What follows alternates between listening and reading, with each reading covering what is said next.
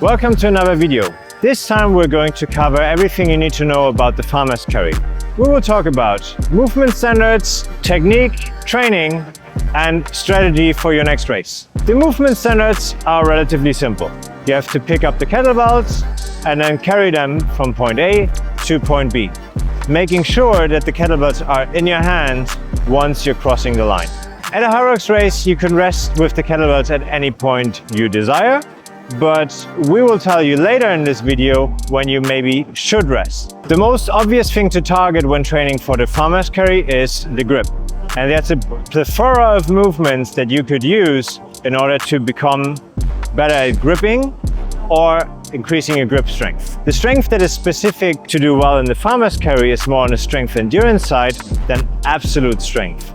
But obviously, these two will correlate. When it comes to training your grip, we would always recommend using a variety of different movements and exercises to get the most bang for your buck. This could be open hand carries where you do a pinch grip plate carry to strengthen more the musculature of your fingers, but also closed hand gripping where you just do a dead hang from a pull-up bar.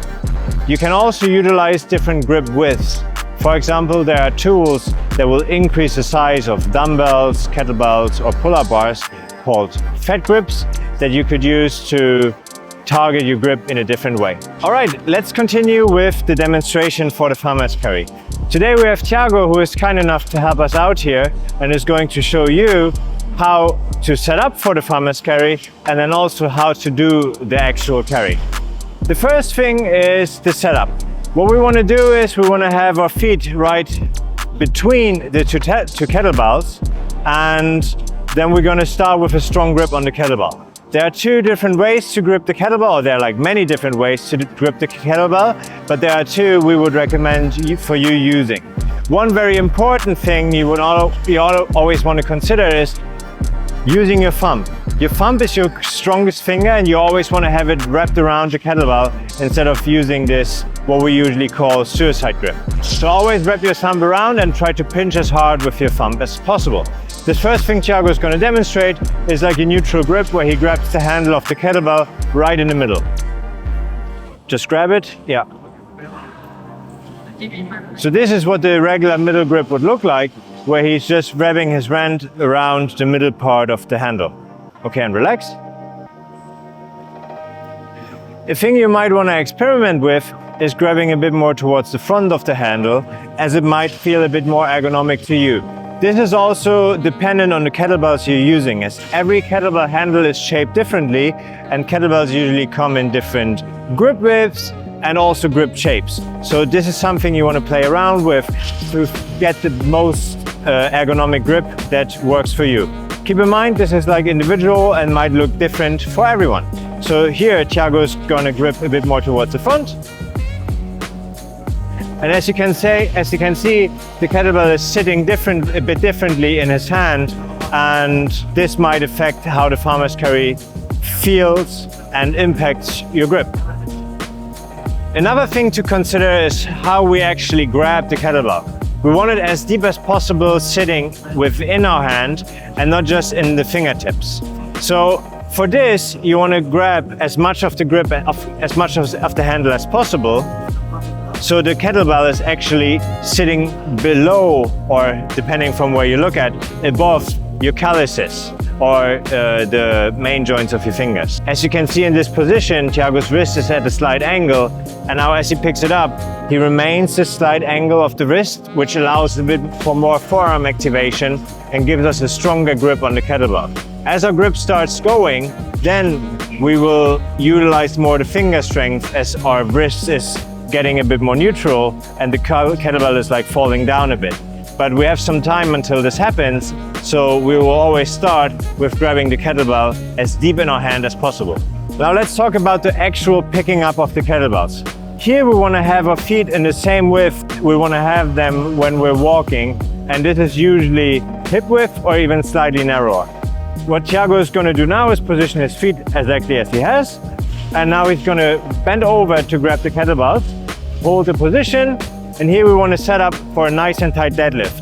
As you can see, he bends his knees as little as possible, but as much as necessary to keep his back nice and extended and to get a good brace. Now he's going to extend his hips and knees simultaneously to finish the deadlift. And now he's in a position where he can start walking with the kettlebells. Now that we have laid the groundwork for the farmer's carry, we can actually start walking with the kettlebells. Thiago is going to demonstrate another pickup of the kettlebells as we just practiced.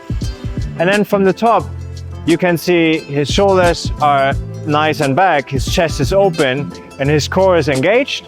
His feet are in a position where he can just start walking forward with, so they have the exact same width that we spoke about a bit earlier. And his gaze is always forward. We don't want to look at the floor, we want to keep the gaze straight ahead so that our spine stays tall and nice and neutral.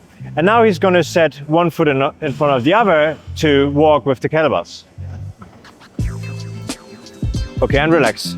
When we do the farmer's carry in a Hyrox competition, we obviously want to go as quick as possible. And the idea here is to have short steps and move our feet as fast as possible. Especially in the pro category, the kettlebells are going to get heavy, so there will be a significant amount of weight you have to be walking with, and that doesn't necessarily allow you to take very large steps. So what we're working with here is frequency. That means short steps at a relatively high cadence. And Thiago is going to now demonstrate what this will look like. As you know, in the Hyrox competition, you have to carry the kettlebells for 200 meters. And this might not be possible for everyone to do unbroken. That means we might want to include a break. When we do the break, we want to make sure that it's as efficient as possible and that we break before we hit absolute failure. So you should still feel like, okay, I could maybe go for another 10 meters when you actually do your break, to not need a really long rest break in between. That means the breaks should always be short, but therefore maybe rather frequent. So Thiago is going to demonstrate what a break might look like.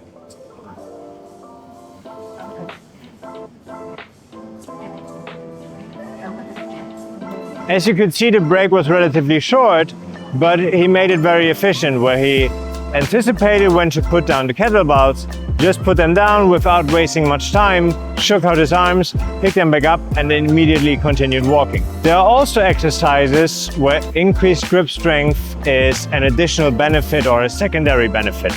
And this is something like the deadlift or all other deadlift variations. We usually train these in order to become stronger at hinging. But as you're holding on to something, you will also target your grip. The useful variation of the deadlift to become stronger at the grip is not using a hook grip or a mixed grip, which will make it more challenging on the grip and therefore develop the musculature of the forearm specific to something like the farmer's carry even more. And then, as we recommend with all of the stations, the closer you get to your actual race day, the more specific you want your training to be. As the race is approaching, you want to do most of your grip specific training with kettlebells and especially with the farmer's carry to get the biggest benefits. And this also means that you want to train with the specific distance and weight that is important for your race. To increase the specificity even more, you can implement running into your farmer's carry into running. There we're training two things at the same time. For one, it is the farmer's carry under fatigue, but then also being able to be relaxed enough that the farmer's carry allows your legs and your breathing musculature to recover for the next run. So if you're actually able to bring down your heart rate while you're doing the farmer's carry, then you will be able to run at a stronger pace coming off the station. Here's a sample workout you could do. You do 3 rounds with 2 minutes of rest in between. You run for 400 meters at your race pace, then you carry the kettlebells for 100 meters, and then you run another 400 meters at your race pace. This is everything you need to know about the farmer's carry. If you have any questions, make sure to ask us down below. And if you're curious about a Hyrox program, you will find that in the description.